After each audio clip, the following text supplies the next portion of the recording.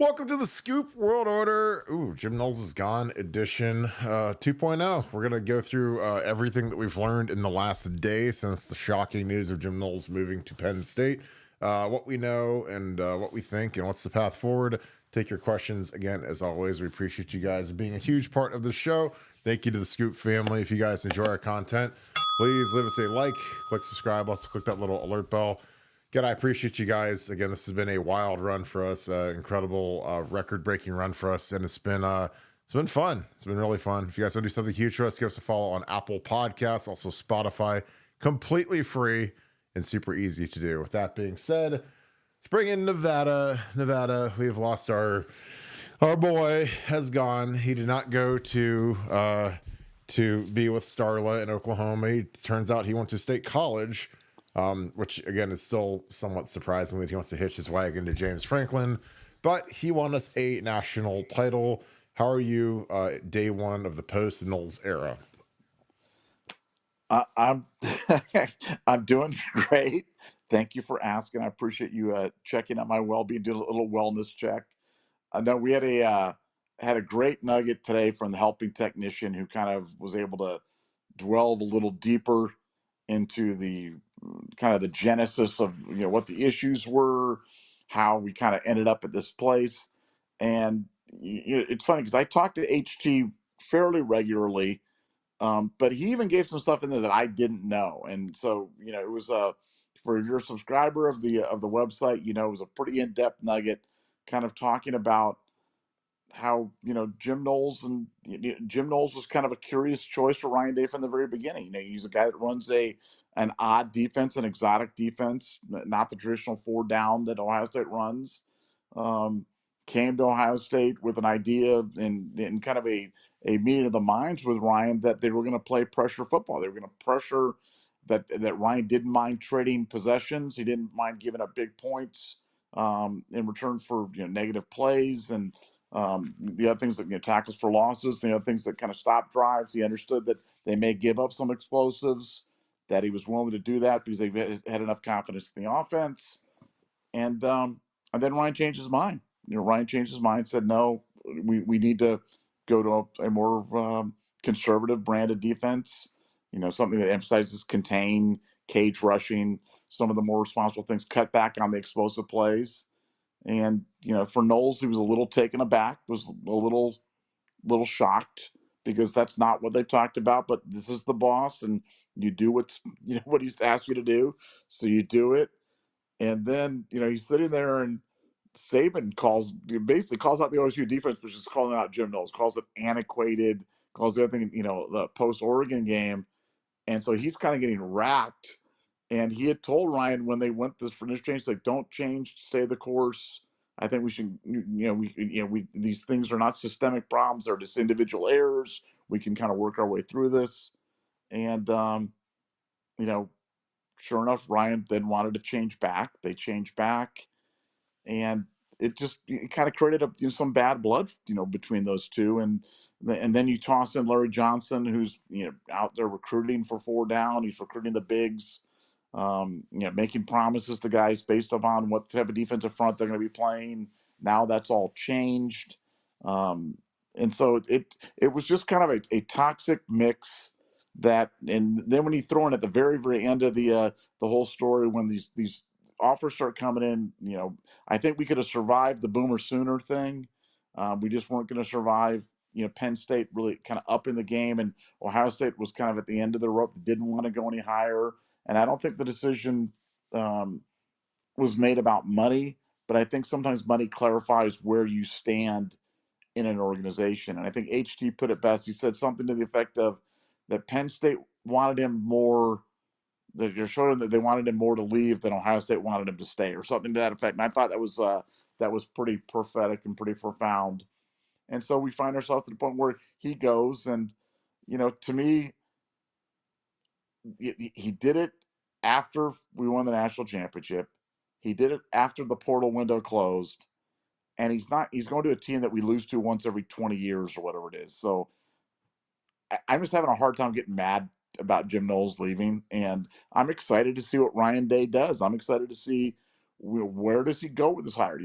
There's been a lot of sexy names thrown out. Obviously this stuff is coming from Ohio State.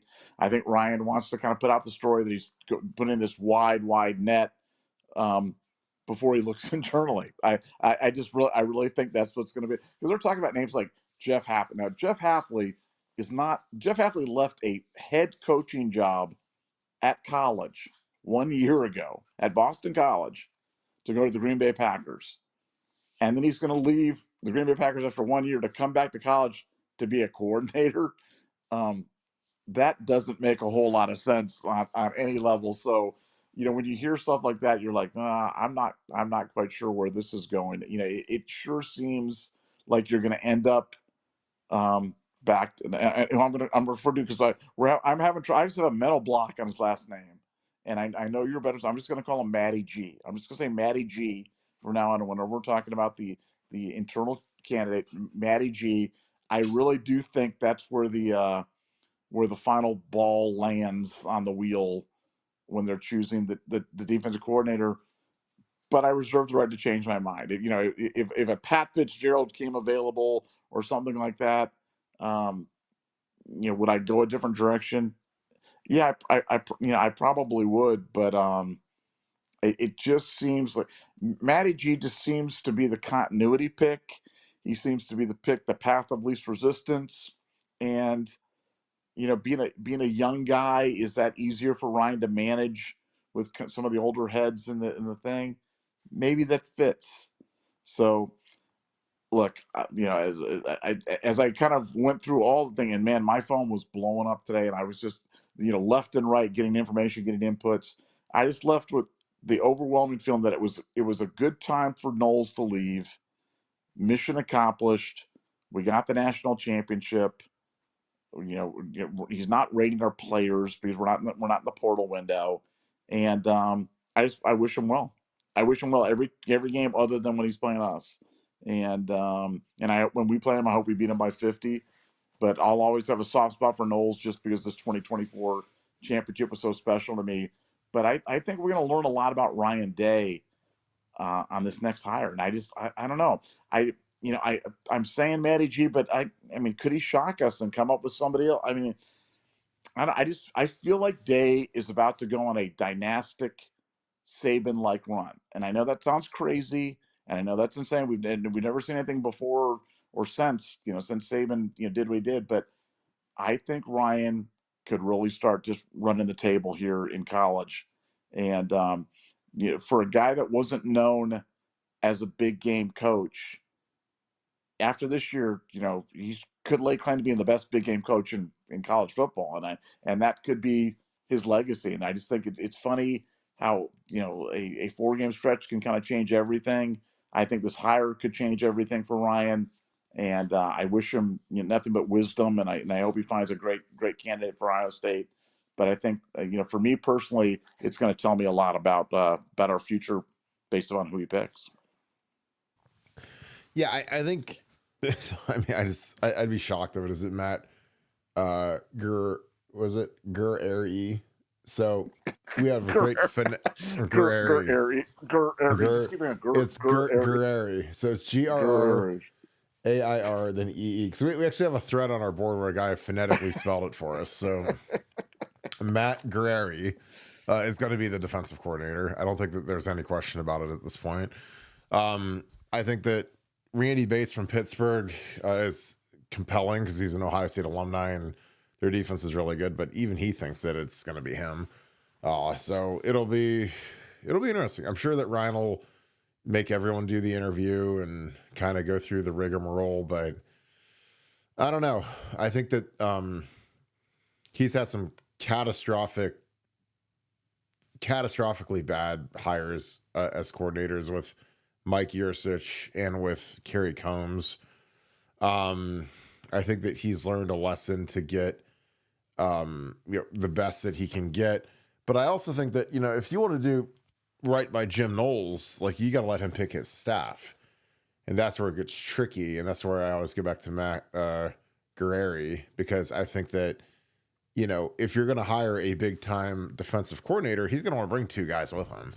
You gotta want to bring a D-line coach and a secondary coach so that they can run the defense and they know the verbiage and they know how to coach the players. And it's the same thing as when you hire a head coach. Like when you hire a new head coach, like if Ryan Day left and went to the Green Bay Packers to be the head coach, like if you hire Matt Campbell, he's probably going to bring his strength coach with him. He's probably going to bring his personnel guy. And, you retain some people, but you got to have people that know your system and how you do the deal and loyalty and kind of the whole 9 yards. So I don't know. Like, I mean, if you want to keep Larry and keep Tim Walton, there's 2 spots. And then you've got James Laurinaitis, who's a legend, who I don't think you can fire without some sort of PR snafu. So that's why, and again, like when Ryan calls a guy the next superstar and genius and whatever he said at the thing, I'm just like, well, it's pretty obvious he's trying to hype this guy up a little bit. So that when he gets announced, it's not just what's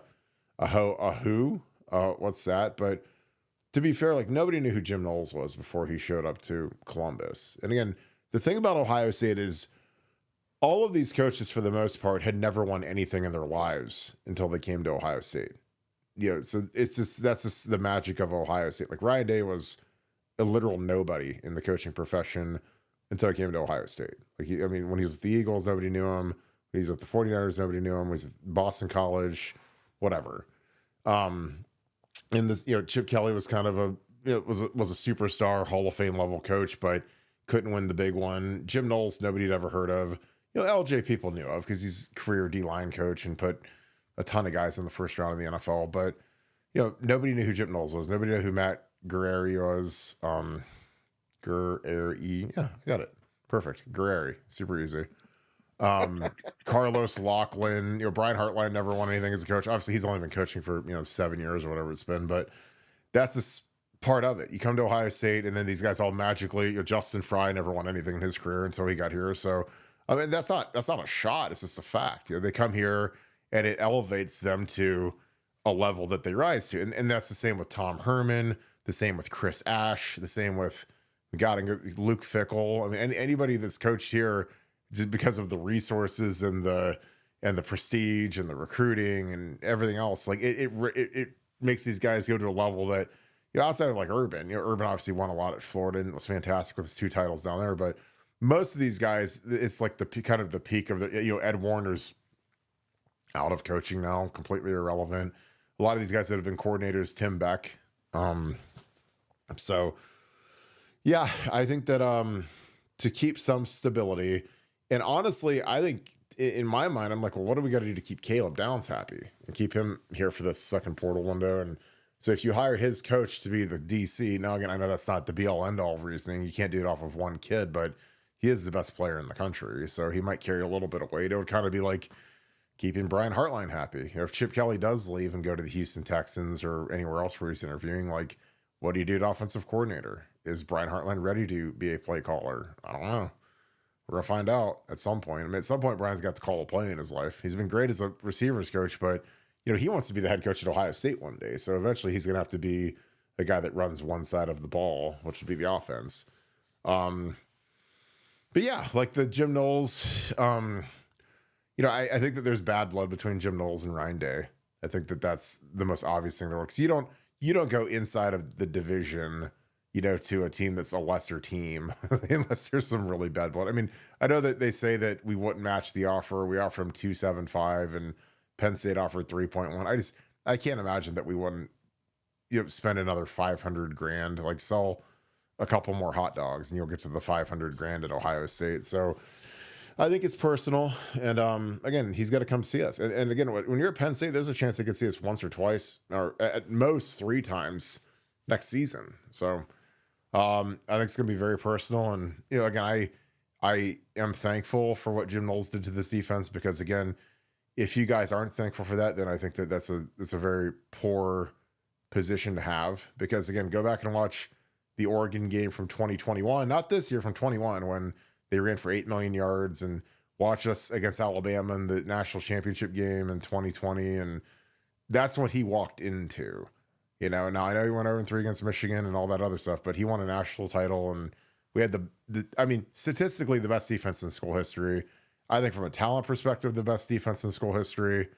We played the hardest schedule in school history and still had the number one total defense in the country. So hats off to Jim Knowles. Because again, I don't know if we'll ever see a defense this good again. That's not to be depressing. It's just realistic. I mean, you go through these playoffs, man, and you got to play top 5 team, top 5 team, top 5 team, and then you still finish statistically where we finished. That's incredible. So I can't be mad at Jim Knowles for leaving. I've seen people in workplaces get fed up with their boss for whatever reason and go to a rival company. That happens literally every day in business. It happens in, I mean, hell, it happens in media. I mean, you see Ohio State people switch sites and leave the former site because they don't like Shannon Terry or whatever. That's just part of life, so it is what it is. And again, I think, like I said, good for Jim Knowles. He's got to see us now. And now he has to live with the fact that he hitched his wagon to James Franklin. So that's, that is as smart as I think he is, man. That is an incredibly dumb move, but it's my opinion. Nevada, anything off of that? And we can start dipping into super chats because they're starting to pile up. Well, yeah. I mean, I think, clearly, I mean, I don't know. I don't view Penn State as like being I mean, like if you'd gone to Michigan, it's like the Tony Alford thing, like him going to Michigan. Like Penn State's just like, I'm not sure where they kind of fall on the continuum for me, but I think we're a big rival for them. But to me, they're not really a big rival to us. They're just a guy, because your big rival's got to be able to beat you, and Penn State, doesn't beat us often, and but I think it's a good move for them. I think it's a good hire for them. He's a Philly guy, so I think he's got an affinity for Penn State. So I think there's more than meets the eye right there. And sometimes you just at the end of a relationship, whether it be a business relationship, a personal relationship, or something, sometimes it's just best for both parties to kind of separate and kind of move on. And it'll be interesting to see, because Helping Technician made a good point today. He was talking about how the moving Caleb Downs closer to the line and kind of playing him in that kind of hybrid role right there, that could be like the next one of the next big innovations in college football. Like there could have been something that we saw kind of unveiled out of necessity, out of whatever you call it, from having a talent like that. But I'd never seen that before. I'd never seen that before at this level, and it'll be interesting to see if other teams, try to replicate that, and what they try to do with that, because I think it enabled us to do some really interesting things defensively. It'll be interesting to see if they continue with that next year, what the evolution is of that, and who the guy is. I mean, do you go to a Phil Parker at Iowa, a Lorain, Ohio guy? Do you go to somebody else who's got Ohio connections? Who's a little bit older, who's got a little bit more experience, or is now Zach Smith was intimating today that the other coaches in the Woody Hayes don't like Matty G. I don't know if that's true or not. I have not heard that, so I don't know if that's true or not true. But I'm sure Ryan's gamed all this out in terms of whoever he offers the job to. What are the implications on the staff? What are the implications on his players? And how does this play out in 2025 and beyond? But that's why I think it's going to be so telling. Was he propping up Matty G at the thing because he wants to elevate his role, or does he want to elevate him all the way? Like, was he just trying to keep him, or is he just going to elevate him to the role and trying to sell him, to the fan base? And I'm not really sure on the answer on that. But I know that if he was going to do that, what they would do is they'd put out a lot of big names, say that they interviewed him, contact him, whatever, and that they couldn't get to him, and then they say, well, we went to this guy, but man, we really swinging hard. But I just haven't been able to get my arms around. I'm going to continue to dig over the next few days to see if this thing really is kind of a rigged interviewing process, that they're just kind of focusing on the internal candidate, because there's some tells that you can get from administration on something like that. But like I said, I think that'll be the really most interesting thing. And then you've got the whole. I hate to even open this one up, because this could be a whole nother show. But what happens with Chip Kelly? Chip Kelly, as you said, is interviewing with NFL teams. He's won a national championship now at the college level, looking for that next milestone, achievement, whatever you want to call it. Could it be at the NFL level? Could it be with other teams? And could Ryan Day be facing losing two coordinators in the same offseason? That could be what he's up against, and that'll present another set of unique challenges. Yeah, I mean, is Chip Kelly going to cash out at when his stock's the highest? I mean, it's kind of, I feel like Jim Knowles. Like, Jim Knowles had the number one defense in the country, and the defense isn't going to be nearly as good next year. It's called a spade a spade. So, I mean, do you cash out while the getting is good? I mean, Jim Knowles isn't getting any younger. I mean, the Matt Guerrieri thing being not liked in the Woody Hayes is something that I could buy. If Zach went with it, I'm sure he has people that have had things said. Now, again, there's a lot of different people that are in that building that talk, and it's never been a more talkative building than it is right now. But, if you're Tim Moulton's been an NFL defensive coordinator before for a year. James Laurinaitis is 38. He's 2 years younger than me. LJ obviously is, 60, 70, whatever he is. Matt's 35 years old. He's been at Ohio State for 1 year. I mean, that, when Tim Moulton's been there for a bunch of years, and I mean, Larry's been there since 14, been there for 10 years. To have some young wonder kid show up and be named the DC would be interesting. No, I mean, he's been with Jim. I mean, he's with Jim Knowles, at Duke from 2012 to, I mean, it's funny because he never went to Oklahoma State, because when Knowles left and went to Oklahoma State, he stayed at Duke as the DC.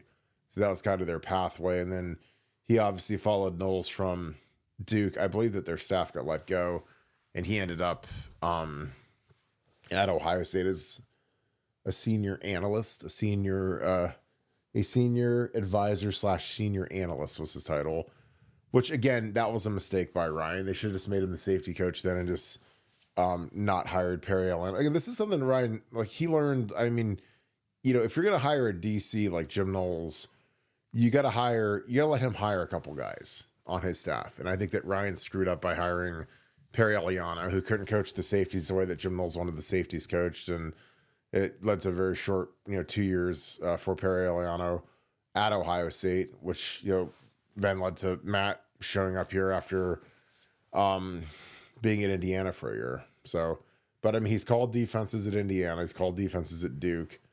Again, it wasn't crazy successful there, but he also had Indiana talent, which is, it's not the same as Ohio State level talent. So, but yeah, I think it's going to be fascinating. This is the price of being a champion, man. It's like I always say, people are going to come after your people. I mean, they want to replicate it, and Jim Knowles cashed in, and could Chip Kelly cash in, and the way that he spruce up that running game, it's just like you got to figure out, is it Chip's running game prowess that you want to add to your team if you're the Texans and you've got CJ Stroud and you're trying to protect him a little bit and run the ball better? Like, it seems like a no-brainer in my opinion. But I would hope that Chip Kelly would be good enough to Ryan to give him 2 years, because again, in the coaching profession, it's a general rule of thumb, unless it's a crazy promotion or a crazy upgrade, it isn't great to leave after 1 year. Now, Jeff Hafley leaving after 1 year in 19, when he got to become a head coach at Boston College, that was kind of a weird situation, because Martin Jarman, the athletic director, he was like a surf underling athletic director at Ohio State, became the athletic director at Boston College. He took Hafley. So, I mean, that's, you can't fault a guy who's a co-coordinator for becoming a head coach, but that's kind of a rare situation.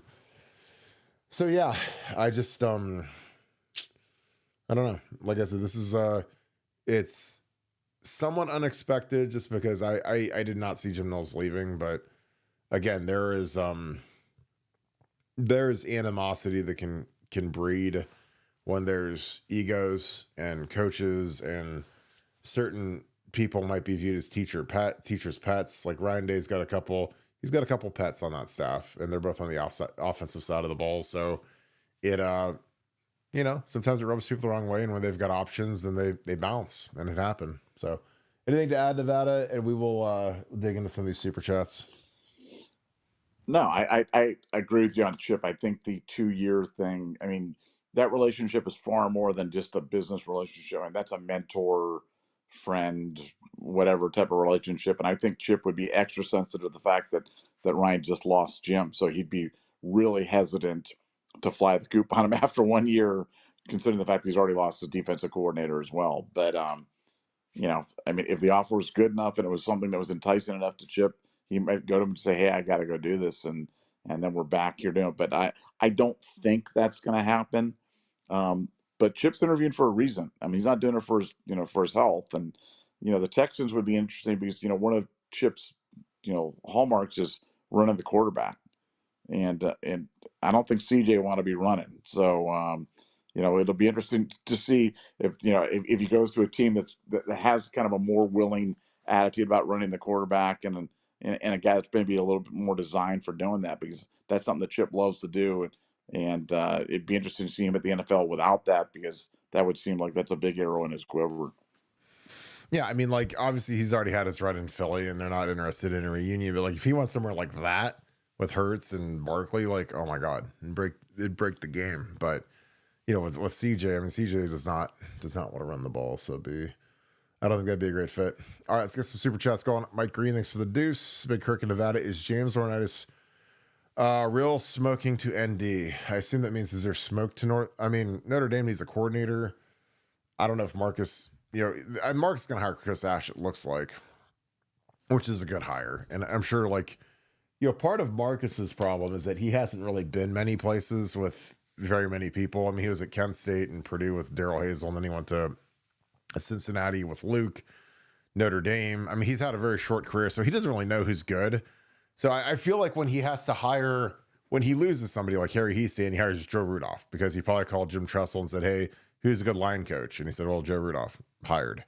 When he loses Al Golden to the Bengals, "Hey, Luke, who's a good coordinator?" Chris Ash. Gonna hire Chris Ash. So I think that's kind of the path. But so I don't know what would James gain from moving from Ohio State to Notre Dame after he just left Notre Dame. I don't think that he's going to leave to be a linebacker coach at Notre Dame when he's a linebacker coach at Ohio State. So, but again, that's just my thoughts, and I know James very well. He fought hard to get this job at Ohio State, and he had a good job, and he's got a preseason All-American coming back, and he's got to figure out who's other linebacker is going to be next to Sonny. But I can't see him going to Notre Dame. Now, could be crazy. I didn't see Jim Knowles leaving to go to Penn State either. So, I mean, I'm kind of over on the offseason so far. But, if you had told me that Jim Knowles will take a lesser job for more money, I would have said probably not. Doesn't make sense. But here we are. So, but I can't see James going back to Notre Dame unless Chris Ash turns it down and they make James the coordinator, which, again, would be crazy since he's only been coaching for a year. But again, hey, this is the wild times of football this time. What are your thoughts, Nevada, on James Laurinaitis and Notre Dame? Yeah, I mean, highly unlikely, but I echo what you said about Knowles. I wouldn't. I don't. I'm not shocked that he left. I'm shocked that he left and went to Penn State. But as I find out more, then I'm less shocked. So with James, I'm not aware of any of these serious undercurrents. But this hire could change some things for him. Who they're going to go with. How does that impact him? How do they see his role going forward? How does he see his career going forward at Ohio State? I think all those things could change. That's why we never say never in this business, because you just never know. But him going to Notre Dame would be that'd be wild. I mean, but it's the price of success. This is going to be every year. Every year we win, everybody else is going to want to be like Ohio State, replicate Ohio State. Look what Marcus Freeman's trying to do. He's trying to replicate everything about Ohio State there at Notre Dame. That's what he's trying to do. And, get guys that had success at Ohio State, get guys that he's familiar with from Ohio State, and or get guys that are recommended by Ohio State. And frankly, that's a smart formula. Well, yeah, I mean, that's, you want to copy champions, and that's why Penn State paid $3.1 million to get Jim Knowles, because they want to have Ohio State's defense. They had trouble with it the last few years, and it destroyed Drew Aller. I mean, 2 straight years, man. I mean, Jim Knowles destroyed Drew Aller, who again, all of the NFL gurus tell me that he's a first-round pick, top 5 pick, top 10 pick, and I was like, as long as I have to see Jim Knowles in the NFL, I'll be fine. But I mean, 2 years ago, he was as bad as I've ever seen. They were like 3 for 20 on 3rd and 4th down combined or something crazy. So I don't know.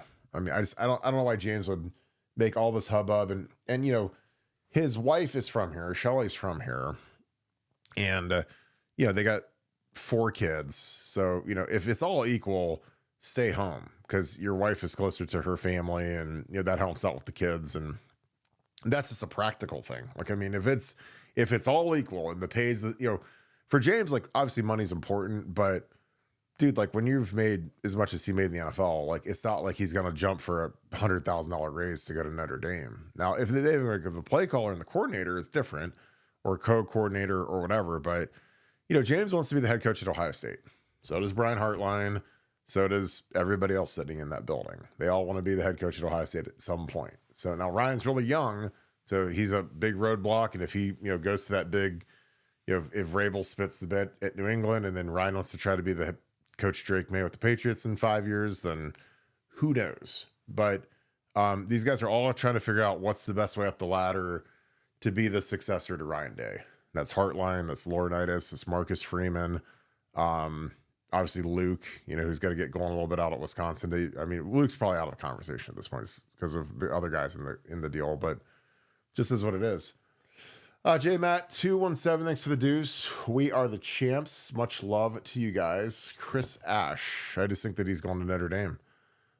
Chris Ash was great when he was here. He was with the Raiders for a little bit with Josh McDaniels, and I would love if he came here because I thought he did a really nice job. But I think that he's going to be Notre Dame's next defensive coordinator. Nevada, your thoughts? Yeah, I think that's pretty much a done deal to Notre Dame as far as I can tell. Now, I do have breaking news here that was just texted to me. It looks like Michigan and the NCAA reached some sort of negotiated settlement on their notice of allegations. That is the latest thing on the infractions committee dashboard. It seems as if there's been a negotiated settlement. I haven't seen any of the details. I haven't seen anything published, but they had an update on the NCAA dashboard that seems to be indicating a negotiated settlement. If I'm reading this correctly, but you guys are getting this in real time because I'm getting this as we're podcasting right now. But that seems like a pretty notable and pretty significant thing happening. Do you want me to restart the show and find another fat photo of Ward Manuel, like fat Ward Manuel, my favorite Google search of all time. Fat Ward Manuel image. Yep. Kirk's like, you have visited this page 575 times. Oh my God. It's like, can I find a photo where he looks more fat every time? It's like I gotta use AI to make him actually skinnier so he can fit in the frame. Ward Manuel, but 0.75% size is like shrinks him down a little bit. But well, it looks like we got our topic for tomorrow, or if we want to do another show tonight, so why not? Mike Greene, what's up, brother? Thanks for the deuce. But wouldn't OG Walt feel slighted picking Airy?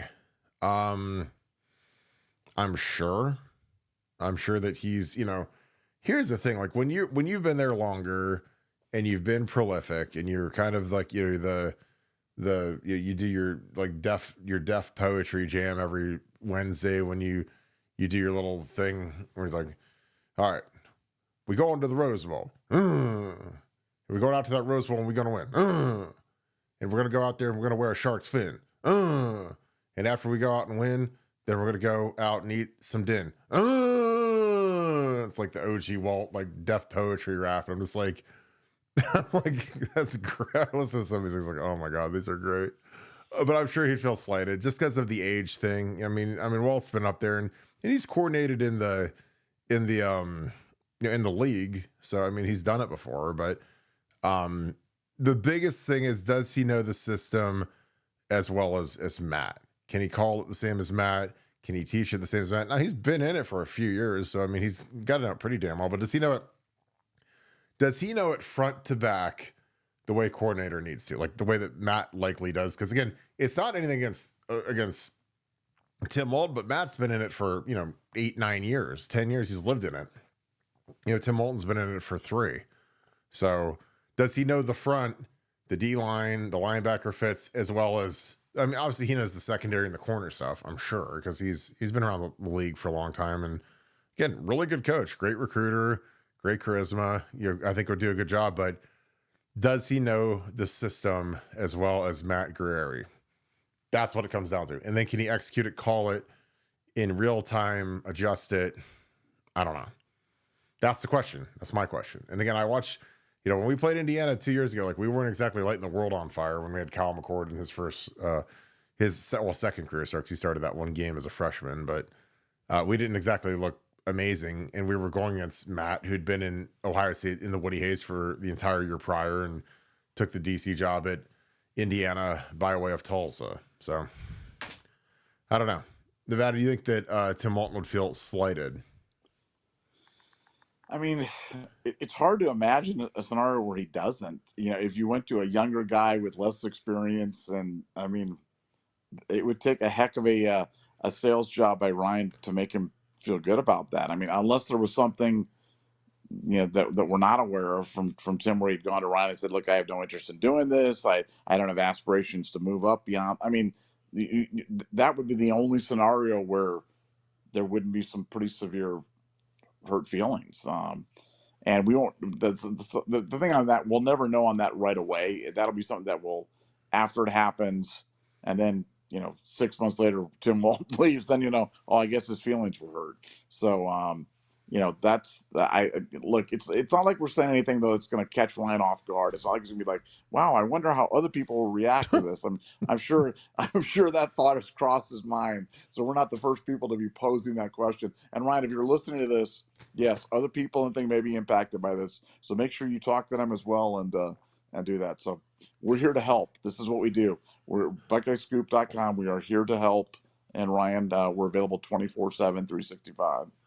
Well, like, again, if you're in any organization known to man and a guy's been there for a year and he's the youngest guy on the staff, he's 35, or youngest guy on the defensive staff, and he magically gets promoted to the head of the head seat at the end of the, every staff room's got a long table and the head guy sits at the end of the table, Jim Knowles.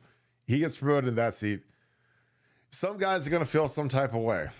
That's just life. It's like that in every business, every aspect, every world, everywhere.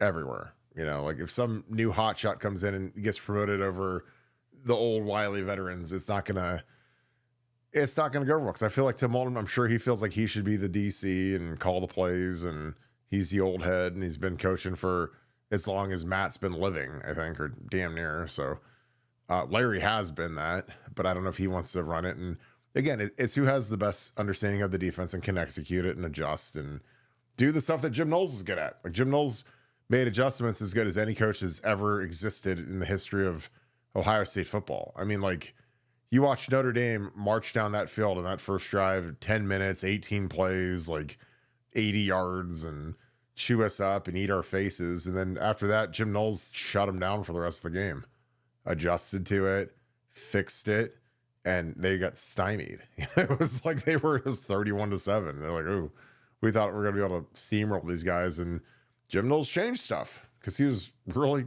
really good. So thank you for the deuce, Taryn Lester. I appreciate you. If you have a question, toss it in the chat. Schaefer Healthcare, thanks for the 10. Jim Knowles helped us win a natty, and I'm thankful for that. But from here on out, he knows where he can shove his tofu. That's right. Poor professional decision on his part. Walton or Matty G is my vote. Go Bucks. Yeah, I mean, time will tell on the poor professional decision. I mean, obviously, I don't know why you'd hitch your way into James Franklin and leave Caleb Downs behind, and not to mention Ryan Day's offense, which is going to score a lot of points and help your defense out. But that's just me. Again, I think that the trajectory of Ohio State is much higher than Penn State, and I know I'm right about that. So, but it is what it is. Time will bear that out, and we'll see how it goes. But we've had really good defense before Jim Knowles, and we'll have really good defense after Jim Knowles. We just didn't have very good defense when we had Kerry Combs as our DC. So but Jim fixed it, and hopefully we can keep that thing rolling. Nevada, your thoughts on maybe it being a poor professional decision on his part? Like I said, I think time will tell on that, but what are your thoughts on that?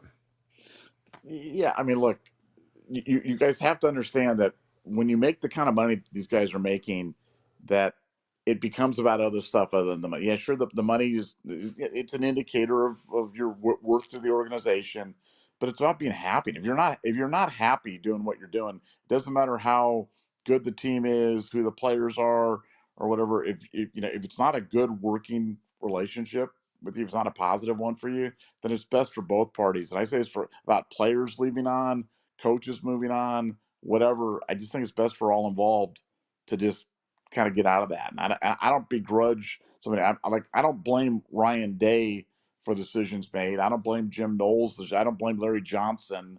Um, I just think sometimes things just don't work out. And, look, if things not working out result in us getting a national championship in 2024, then color me happy. I am happy as a pig in the mud, and nothing's going to stop me from, nothing's going to wipe the smile off my face on this. And Jim could go on and do his thing. I didn't know Jim Knowles before he came to Ohio State. I'm sure we're not going to really give Jim Knowles a heck of a lot of thought after he leaves Ohio State. And now my focus really is on who we're going to bring in, bring into that spot, and what type of job can they do. And Tim Walton's career as a DC wasn't exactly distinguished, and Matty G has got no experience. So, do you go? I see these as the path of least resistance. But man, having guys that have really not done it before, or have any track record of having done it successfully, a little scary. Not gonna lie, a little scary, but we'll see. Are you saying that we might miss Jim Knowles? I look. I think we're gonna miss Will Howard. That's not a knock on Julian Sain or the quarterbacks or whatever. But I mean, it's going to be hard to replicate what they did last year. It's going to be hard. That was a veteran defense all the way around. A lot of great Jimmies and Joes combined with some really good X's and O's. So I think that's going to be a tough act to follow. Great job not answering the question. That was excellent. Thank you. I think I'm going to miss Jim Knowles in a huge way. I really do. I think he did a great job. I mean, again, I always look at where did he start at? Where were we at when he showed up? And where did we end up at? I mean, our defense was so bad under Gary Combs. It was just comical. I mean, we looked like a little kid trying to play Madden on defense, and guys just running free. I mean, even Greg Schiano, who, again, I was as excited as you were when we hired Greg. I was like, oh my God, we got Greg Schiano. I mean, that 18 defense was a track meet. They ran the ball. Maryland ran the same play like 3 times, and we were in man coverage the whole time. And I mean, they'd run the same play, and it'd be like 70-yard touchdown. Like we made Anthony McFarland look like he was Herschel Walker in that game. And I was like, oh my God, kill me. I was like, I grew up with the Silver Bullets and 2002 defense, and 2007 we were number 1 in the country in total defense, and I was like, that's what we used to look like. Now we give up just yards. And I remember you told me this because I couldn't believe it, that in 2018 we gave up more. It was either 70 yards or 80 yards, more 70-yard or 80-yard runs than any team in the history of college football, like in terms of explosives. So I mean, it was like, you want to talk about bad. Then we get Hafley for a year. He stabilizes it. And again, I think Jeff Hafley was good, but I also think that was the year that a lot of that talent matured. Like, Chase Young. I mean, he didn't magically make Chase Young into like a dynamo, but he had Okuda and Arnett and Jordan Fuller. And I mean, he had all kinds of ballers on that defense. That was a super talented defense. So he got out while the getting was good, which again, I don't begrudge him for that. And then we brought in the Kerry Combs spectacular, which again, Kerry's the guy who, as much as it's great that he wore golf shirts when it was 7 degrees in Minnesota and stuff, like he'd never called a defense in his life, and it looked like it. Now he could scream great, and he could give great speeches and take his entire Coleraine team up to Michigan for the camps every year. Because again, Kerry Combs was Mr. Michigan until Urban Meyer hired him. He was he might as well had a wing helmet on with his white hair. He might as well painted, the wings on it, the yellow wings. But it was bad. So then you got to go hire Jim Knowles because Ryan's, he's choking up these really good teams with really bad defense. And so goes and gets Knowles. Knowles turns it around. This year was as good of a defense as I've ever seen. I mean, especially after Oregon, we fixed it. Michigan, I thought they were really good. I mean, obviously we didn't win that one. And then the playoffs, it was the best performance we've ever seen. Beat, I think, like 7 out of the top 8 teams or something. The only one we didn't beat was Georgia because we didn't play them. We probably beat them too. So, yeah, I don't think that replacing him is going to be as easy as people hope, but it is what it is. And not to mention, like, we lose a ton of talent on defense. So we'll see. Sergio Sama, thanks for the 5. So is Day to blame for the falling out with Knowles? It sounds like he is the villain. That being said, we did win the Natty. No. No, there's no villains, man. There's no villains. There's no villains. There's no heroes. There's no villains in this. I think HT did a good job in terms of that. This isn't, it's really not about, I don't think anybody's to blame. I think it's kind of like when something goes wrong, we're certainly not trying to portray it that way. I want to make sure that we're clear in terms of the Buckeye Scoop thing. We're not blaming Ryan. I'm not blaming Jim Knowles. I'm not blaming Ryan Day. I just think it just happens. And, I started to jump in, but you were reading it, and you're reading it so well, Kirk, and your voice. I don't even remember what word I was on. Like, no, it's not Ryan. It's not Ryan. It's not Ryan. No, but this is how this stuff goes, man. So people say this stuff, then I see the board. Oh, on Buckeye Scoop, they said Ryan Day is the villain. I'm like, no, we're not saying that. We're not saying that he's the villain because he's not. If he was, I would call it. Trust me, I know we would tell you guys if he was. Yeah. We call balls and strikes, man. But I don't think it's a fair way to put it. I just think that it didn't work out, and I think Ryan's the boss. He sits in the big chair. He has the right to change his mind and do things. But when you do that, it also impacts other people. Like if somebody comes into you, Kirk, and you're working your job, whatever it is, selling insurance, cars, whatever, and somebody changes the way that you're doing things, you'll do it because you're a good soldier, and you'll be like, okay, I'll change, but I'm going to change everything the way I'm doing it. And then 6 months later, they come back and they go, Kirk, go back and change it the other way around. And you're like, okay, I kind of told you in the first place not to do this, but now we're going to change everything I've been doing for the past year and change it back to the way I was doing it. That would kind of tick you off. And that doesn't make your boss a bad person, and it doesn't make you a bad person for being ticked off, but you're ticked off.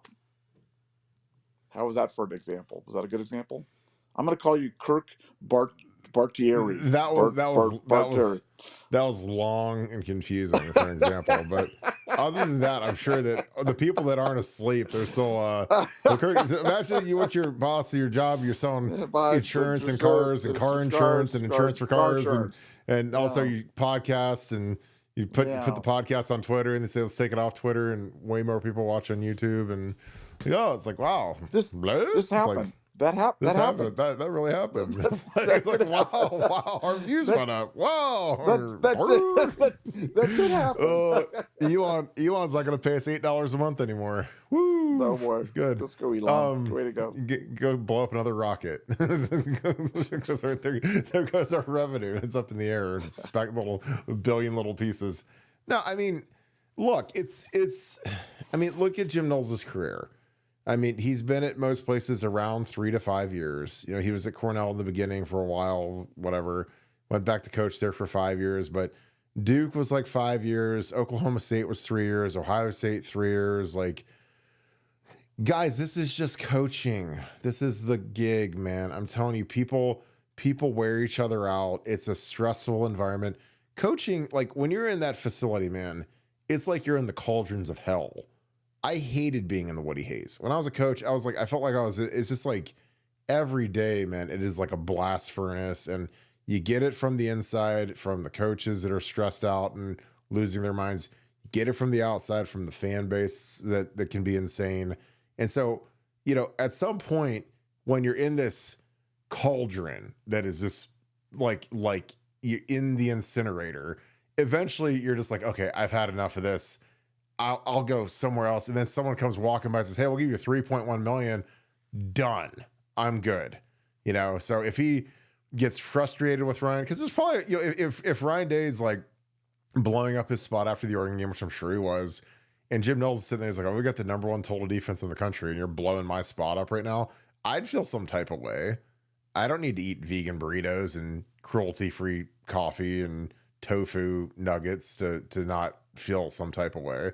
I mean, dude, he had the number one defense in the country, and then he gets blamed because Denzel Burke fell down a couple of times. So it's like, I'd feel some type of way, and then you're getting it from Larry, who, wants his guys to be able to do more pass rush stuff and doesn't want to run the 3-down stuff. And, if Jim Knowles wants to run that jack stuff, then fine. Go to Penn State and say, hey, I want to bring 2 of my guys with me. I want to run the jack stuff, and away we go. Because I'd bet money Coy McFarland's probably going to go there. He doesn't have a job. He was an Ohio State guy that got fired at Tulsa.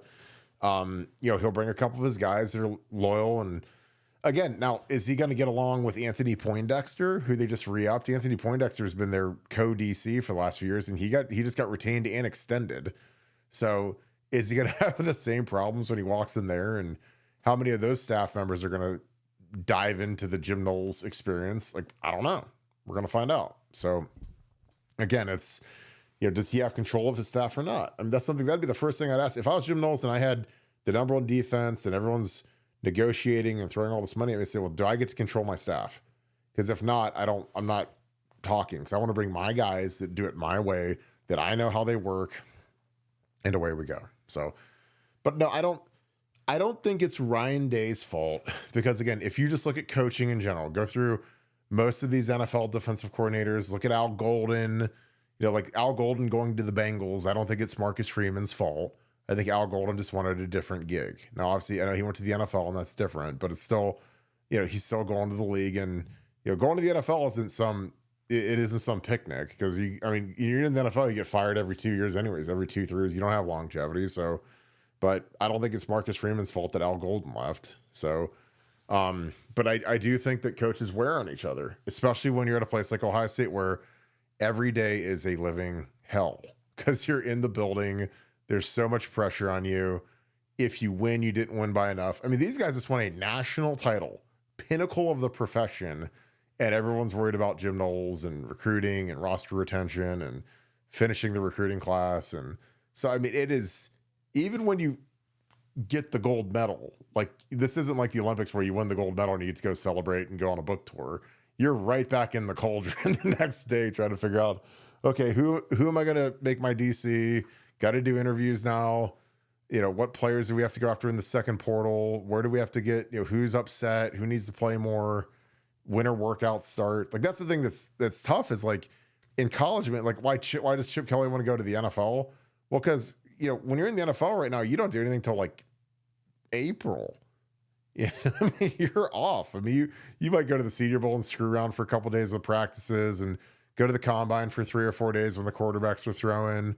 But like when you're at Ohio State, like, these guys are going to start winter workouts in 2 weeks, and they got to start hanging, the coaches got to be there at 6 a.m., watching these guys push the sleds and run around cones. And you're in the NFL, you don't even see your players for 4 months. They're all in, they're all in Cancun. The players are. So I don't know. All right. Jeff Rittenhouse, thanks for the 5. Appreciate you, my friend. Jim Knowles may have signed the best golden parachute. James Franklin gets canned after next year. And would the new coach keep Knowles, if not a heck of a retirement gift? I don't know. I don't think James Franklin. I mean, it just depends on how the season goes. Drew Aller tears his ACL in the first game and they stink, then he could get canned.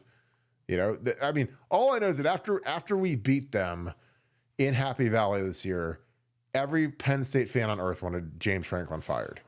Like, and it wasn't even close. And again, it's a lot like our fans after we lost to Michigan this year. Everybody wanted Ryan Day fired. So, he's jumping from one cauldron to the next. And I don't think Jim Knowles, I would imagine he could be retained by the next coach, but that's a super hypothetical. I just don't know. Nevada, your thoughts on a golden parachute deal if James Franklin would get camped? I don't really know if that could happen, but kind of is what it is. I mean, they have to honor his contract. So, I mean, contract's always inure to the benefit of the employee. The employee, it's funny, the employees can always break them, but if the employer wants to break them, you got to buy them out. So, yeah, no, this is a great deal for Jim Knowles. Jim Knowles wasn't making anywhere near this kind of money up until a few years ago, when Ohio State came a calling. And now he's able to, put some stuff away. $9 million, 9.3, 9.5 guaranteed over 3 years, and lower expectations. I mean, you got to understand, for Ohio State fan, if we had lost the national championship game against Notre Dame, this season would have been a disappointment. And for Penn State, they made the Final Four, so they're going to put up a parade and name a street after James Franklin. So I don't think he's going anywhere anytime soon. And yeah, so look, it's a good gig. It's a good gig if you can get it. And for Jim, like I said, I wish him well, except when we play him, and I hope we score 100 points on him. So, and I think we will. Yeah. Nick Ma, thanks for the 5. Appreciate you, my friend. This only makes sense for Knowles in terms of the bag, but I still say thanks to him, which you should. Our Buckeye defense was awful in 2020. Yeah, that's what I always go back to. Is I'm like, guys, he walked into Chernobyl.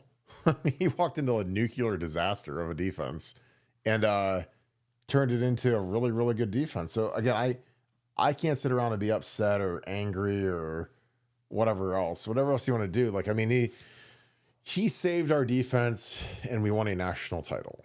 So again, when you win a national title, whoever is on that staff is I'm permanently indebted to, whether it's Jim Bowman and Mark D'Antonio and his staff, or it's Tom Herman and Chris Ash and Luke Fickle and their staff, or it's Chip Kelly and Jim Knowles and their staff. I'm great. They are immortalized in my mind. Thank you. You especially this year, because Michigan won last year. So since we won one more recently than Michigan, we have bragging rights. So I'm very grateful for Jim Knowles. I will send him some cruelty-free tofu, grass-fed, vegan, cruelty-free burgers for him to eat on. And good luck to him at Penn State, except for when we play him.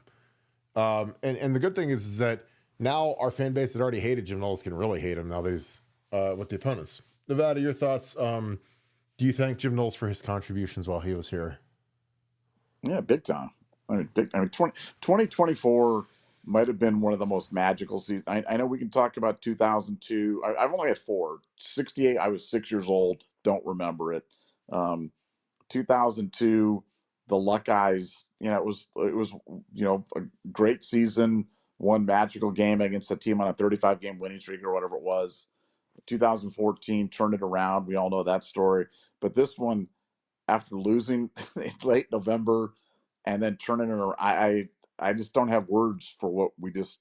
And I know the most recent ones are always the most great, but I think it's the best story in the history of college football. I mean, it's the closest thing to an underdog, dark horse, whatever you want to call it, type of, winning story, because everyone had written us off. I mean, I was at that Tennessee playoff game. A good portion of the fan base sold their tickets to Tennessee fans. That's how much they'd written us off. They didn't even attend the game. And so to go from that and Ryan Day being literally on the precipice to now he's the toast of the town, the dean of college football, kind of the spokesperson for all that's right and good in the world.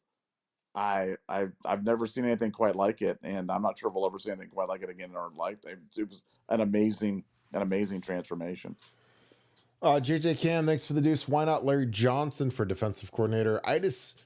I don't know if he, and again, this is me. I don't know how well he knows the secondary. I'm sure he knows coverages, but does he really know the nuanced part of the back end? Because that's kind of the harder part of the gig. D-line is a lot of technique, but it's similar to like the flip. Like the flip is, when I was coming up in coaching, when that was my dream to be a line coach, which again, that was a very short-lived dream, a couple years, I really knew offensive line technique. I knew offensive line. I knew run blocking. I knew schemes. I knew how to change things, fix things. That was what I was great at. I did not really know or care about route concepts, because in my mind, I was like, every minute I waste trying to learn route concepts and leverage throw-bys and all the stuff that I learned with Urban and Zach in that staff room, it's time that it's taking away from me making sure that the pass protection is good, that our vertical sets are good, that our hands are good. So I was always kind of like stay in my own lane, blinders on, do your job. My job is not to coach J.J. Smith on his release. My job is to make sure that Donnie Jackson has the best set possible and the best game plan versus that defensive end and whatever. So you get kind of in that. And, Larry's always been a D-line coach. He hasn't moved around at all. I don't think he's ever coordinated at a college level. I mean, he's the D-line guy at Penn State for a long time. So I just don't know. And again, I'm not saying he doesn't know it. I mean, he's been coaching football for 100 years. So I'm sure that he is. But does he know it well enough to teach it to Caleb Downs? And that's kind of the thing, is when you're looking from the back end of the thing forward, like, do you know it well enough to coach Caleb Downs at it and these young corners? And because that's, to me, that's the thing, that's the nuance. So because in general, there's back end guys. That's why a lot of safeties are the guys that make great coordinators, because safeties have to kind of run the show and know everything, see all the run fits. So D'Antonio was a safety. Will Muschamp was a safety. Saban was a safety, DB, because they've got to see the whole defense. Like when you're a D lineman, man, you're looking at the guy right in front of you, your gap, and that kind of thing. So just different. So I mean, that's why you don't see a ton of D line coaches that become coordinators. Now it can happen. Like there's always guys that do it, but in general, it's guys that can run the secondaries and the coverages. So that's why I would be against Larry. And he's ever been at DC as long as he's been around, at least to my knowledge. Now, maybe before he got to Penn State he was, but not at a major level. He's the D-line coach there forever, and then came here and been the D-line coach. Nevada, your thoughts on LJ for DC? Yeah, he's just not interested. I mean, he doesn't have any DC aspirations anymore. He doesn't have any head coaching aspirations anymore. Happy doing what he's doing, and frankly, he's on a very short leash. Not sure how much longer he's going to be doing it too. So be another reason why you wouldn't want to put him in that spot. Yeah, and plus, like if I could look at something that Jim Knowles could be better at in terms of what I'm looking for in a DC, is like I'd want a young guy who's a dynamic recruiter and a guy that would be. And again, Jim Knowles was excellent getting us Caleb Downs, but did he really love recruiting? No, because every old guy doesn't like recruiting. Young guys figure out early on in their career when they're trying to climb the ladder that they could really make their bones by being a great recruiter.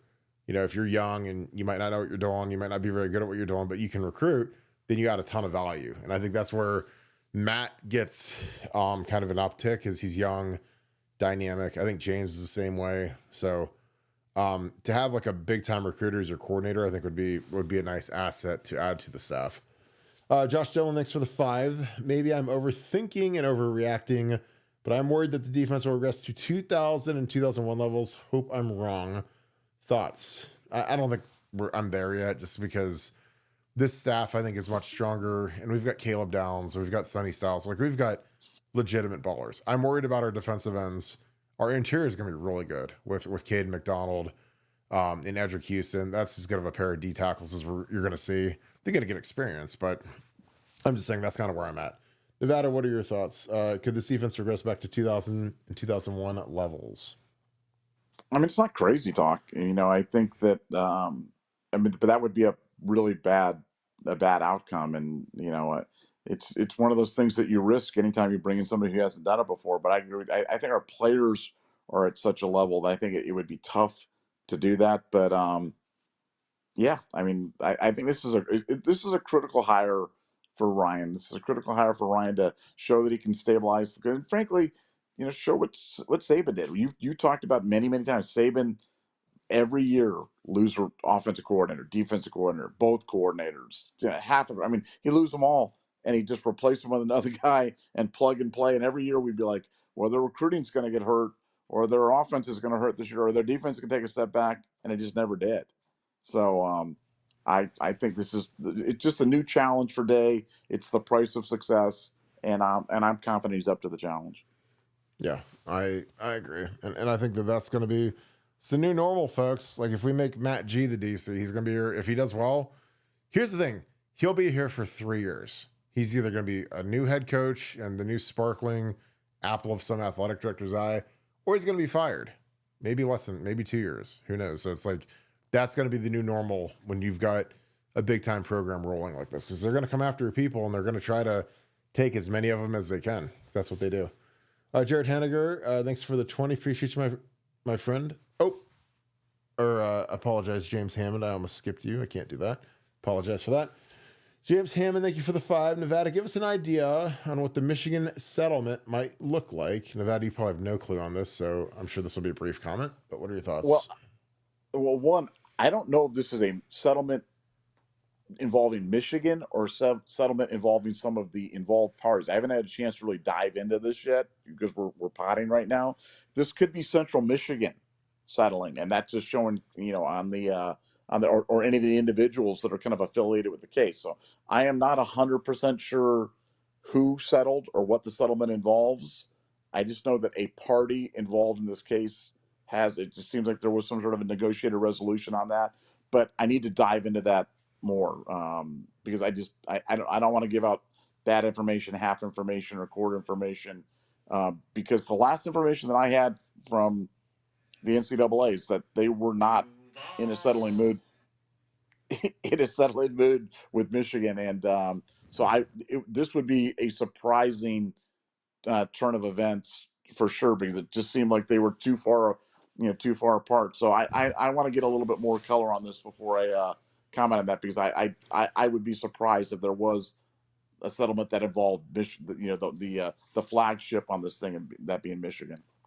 I apologize for that because that was Liam Colin, who was almost our offensive coordinator last year, saying Duval in the most feminine way possible at his introductory press conference. So, again, these coordinators are amazing because he was a guy that, like, at this time last year, is he our next OC? Before we hired Billy O, it was Liam Cohen was the hot name. He was at Kentucky. Then he goes to Tampa for a year. Now he's the head coach of the Jaguars. So it's like, it's crazy. I mean, we were talking about him. I wasn't excited about him being offensive coordinator for Ohio State. And all of a sudden he's the head coach for an NFL team. And I'm like, ugh. It's just crazy. Jared Henniger, thanks for the 20. Do coaches' contracts have any type of non-compete language? No, there's no way. In the buyout clause that would have prevent JK from taking Matt G to Penn State? No way. It would be a big blow if both went and made a play for Downs to leave and stay in his system.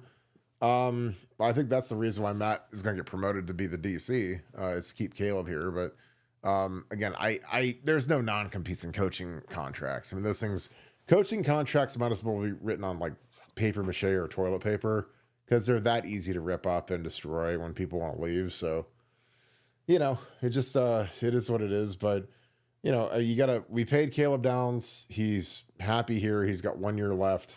I think that's why Ryan called Matt G the greatest coach in the history of football at the pep rally, is because that's going to be his next DC. Nevada, your thoughts on that?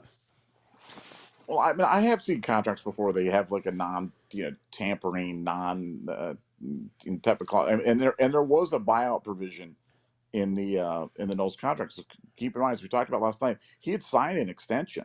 He was contracted to Ohio State through 2027. And it'd be interesting to see like how much money did he make this year with bonuses and with winning the national championship, because they had some pretty handsome bonuses in there for winning the national championship. I mean, heck, they were getting huge bonuses last year for losing the Cotton Bowl. So I can't even imagine what kind of bonuses they got for winning the national championship. I'm sure he made a ton of money. So I have seen that stuff before. I'm not familiar with what the what was in Knowles' contract. I haven't heard anything other than a buyout.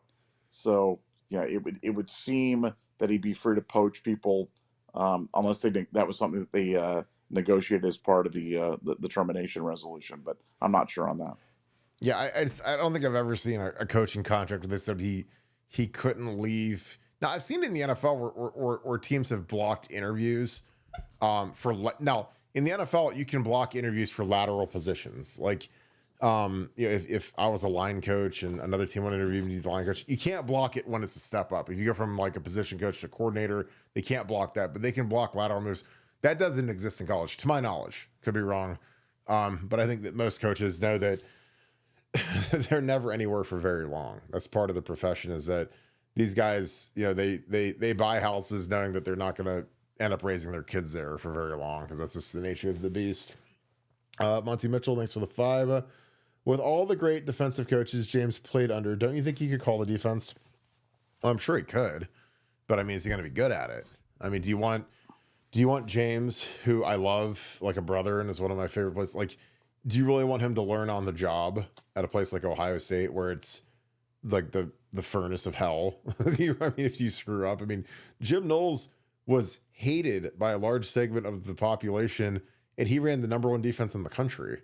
And I'm not talking about before he left for Penn State. I'm just talking about like in general, like after Michigan and Oregon and the Georgia game and all three Michigan games, like fire Knowles, fire Knowles, fire Knowles, and our defense just got better and better and better and better, and this year was the best defense in school history, number one overall in the country, held Oregon to negative rushing yards, number one team in the country, had some of the greatest goal line defense that you'll ever see the rest of your life. I don't care if you're 2 years old watching the show and you live to be 100, you'll never see a better goal line defense than what we had this year. Turnovers, stops. I mean, the attitude of the defense totally changed. How they just defended the whole field, and you give us an inch, we'll defend it. Like all of his little mantras and whatever, they all reflected what this defense morphed into by the time it was kind of in its final form of this season. So I don't know. Like, could James do it? Yeah. I mean, do I think it's fair for him to try to do it on the fly and learn it at Ohio State? No. I mean, like there was ambition of Brian Hartline calling the offense last year when they made him the offensive coordinator, and that lasted for about 3.5 seconds before Ryan took the play sheet back from him. So I just think that it's a lot to learn on the job at a place like Ohio State. Now, Jim Knowles didn't learn at Ohio State. He learned at Duke and Cornell and Oklahoma State, and then he jumped into the white hot cauldron that is Columbus and our fan base and our pressure and everything else. So I don't know. I mean, James could do it. I just think it'd be very difficult. But am I wrong, Nevada? You are definitely not wrong. And yeah, it'd be a gamble. It's a gamble betting on anybody to do it for the first time when they haven't had a chance to kind of perfect it, because it's a different skill set. It's a different skill set than being a player, than being an analyst, than being a position coach, being the guy that's actually calling the defense and having to respond to what really, really smart people on offense are scheming against you in real time. That's why those jobs pay a lot of money, because it's not easy. Not everybody can do it. Yeah. Jay Willie 75, thanks for the deuce. If Chip leaves, retain Kevin Wilson, I would love that. He's out of work. Didn't work out at Tulsa. Thought he did a good job here. What are your thoughts, Nevada? I mean, you know, I'm a big Kevin Wilson guy, so yeah, and I love me some Kevin Wilson. So anything involving Kevin Wilson, I'm generally in. I'm not sure he fits with what Ryan wants to do, but I love Kevin Wilson, and I'd be all about that. Yeah. Josh Dillon, thanks for the deuce. Thanks for being alternate as well. Wasn't Matt G a D coordinator already? Yeah, he was at Indiana. And again, he schemed us. I mean, go watch Indiana in 2 years ago. Not obviously this past year, but the season prior, the 23 season, he was the DC at Indiana. Now they weren't amazing statistically, but it's also Indiana. And you also have to remember he was probably a little restricted because, Tom Allen is a defensive guy. So you're basically running his defense. You got fired in Indiana, went to be the coordinator at Penn State, left Penn State to go to Clemson. And that's what opened up the door for Jim Knowles. Again, and that was, something that was interesting to me is, they've had 3 defensive coordinators in 4 years, which again, that's a lot of turnover at Penn State. So I don't know what's going on there, and they've had good players and everything else, but I mean, that's a lot of turnover. That'd raise an eyebrow to me if I was Jim Knowles, and I'd also want to know, why would Tom Allen leave after 1 year to go to Clemson, which on paper, Clemson might be a better job because the ACC is so terrible, but they've fallen off the earth since, 5, 6, 7, 8 years ago. So I don't know.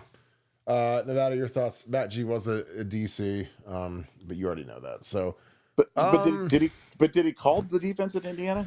Because I know he was like the code DC. I thought he did, because he came there to be the play caller. I'm like 99.9% sure on that. Okay. So I looked that up because Tom Allen did not call the defense.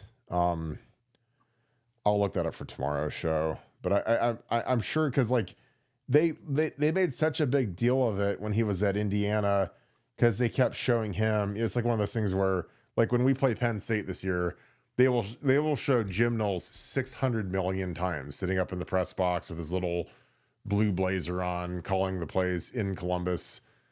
What if he wears the nittany lion head during the thing when he's doing it? Wouldn't that be awesome? Be strong. Very, very strong. I think it'd be awesome. Probably be the greatest thing of all time. I So think so too.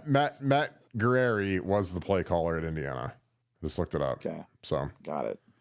So I know that gives you happiness and solace that all of a sudden he'll be much better. He'll be much better than Jim Knowles. It's better than if he didn't. Let's put it that way. That gives me more solace. Now I'm not sure Indiana was great on defense that year, but yeah, again, he's got Indiana talent. He's got the ghost of John Kerr running around there at linebacker for Indiana.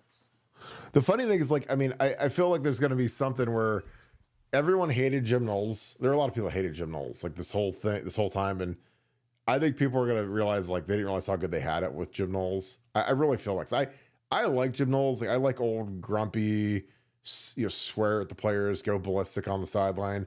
Like, and I just liked watching his defense. I thought the guys played hard, and there was chemistry, and there was structure, and is it perfect? No, but offenses are really hard to defend nowadays. So I liked Jim Knowles, and I hate that he's gone, but. Such is life. I mean, we've survived losing Jim Tressel and Woody Hayes and Urban, and we'll survive losing Ryan Day one day. But, I like Jim Knowles, man. So I just feel like some people don't realize how good it is when he's there, and then he's going to be gone. And people are like, why didn't we get Knowles? Why didn't we keep him? And I don't know. All right. Any final thoughts, Nevada? Yeah, got to get to the bottom of the Michigan thing, see who be a settling. Was it just was the dashboard update just for Michigan's filing being received by the NCAA? But something has happened on that, so there has been movement. We will have an update on that for you tomorrow for sure. We've got Jim Knowles stuff going on. We'll have Chip Kelly stuff going on. And we're over 35,000 subscribers on YouTube. And I just want to say a big thank you to everybody. That's a huge milestone.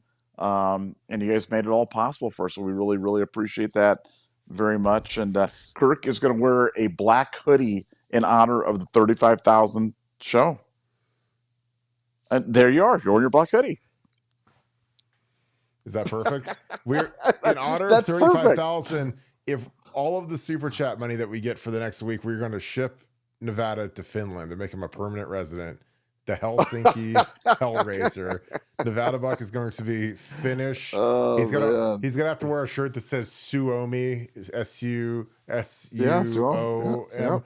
He's gonna wear that everywhere he goes, and we're not gonna give him shoes, so he's gonna have to walk barefoot to the bar in Helsinki, where it's 3 degrees year round and there's no sun, and that's how we're gonna celebrate 35,000 because you guys voted for it, and I'm here for it. And he's gonna say, man, they might host the World Juniors again in 30 years. This is going to be great. I'll already have my spot picked out. I'll have my place ready to go, and I'll be a local by then. This will be awesome. So I'm ready. Let's go. let's go. All right, let's wrap this thing up. Appreciate you guys. Another great show. Again, I hope that you guys enjoyed your night with us, and appreciate you guys as always. If you guys enjoy our content, please leave us a like, click subscribe. Also, click that little alert bell. And I appreciate you guys. If you guys want to do something huge for us to celebrate 35,000, give us a follow on Apple Podcasts. Again, I love you guys, and I appreciate you guys for always being a part of the show, being a big part of the Scoop family. With that being said, thank you so much, Buckeye Nation. Thank you, Scoop family. We will talk to you guys tomorrow. See you guys at 7:10. We should have a Michigan update by then, so get ready for it. You guys have a great night. Go Bucks.